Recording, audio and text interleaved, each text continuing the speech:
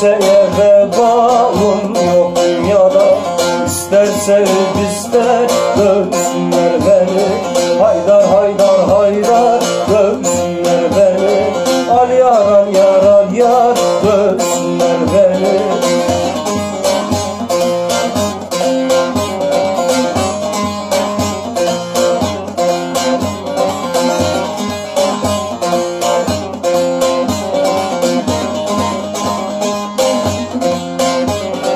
Allahu yaratmış bir de benim, bir de benim. Kimden kaldı bana iman dinim?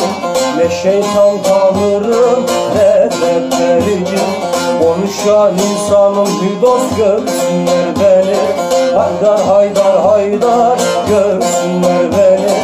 Al yar al yar al yar görsünler beni.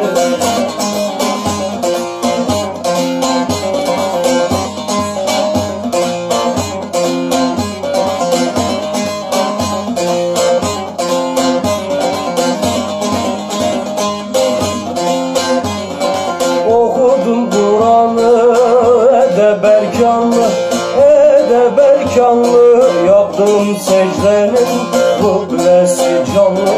Gerdeksiz gecede bir delikanlı, ölü bir geline dost versinler beni, haydar haydar haydar versinler beni. Al yar al yar al yar versinler beni.